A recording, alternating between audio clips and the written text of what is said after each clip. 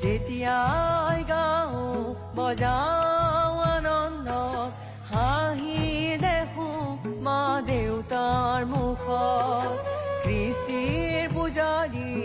বুলি দিয়েহি মৰম সনা চুমা দুগালত যেতিয়াই মই জড়িত হওঁ সৃষ্টি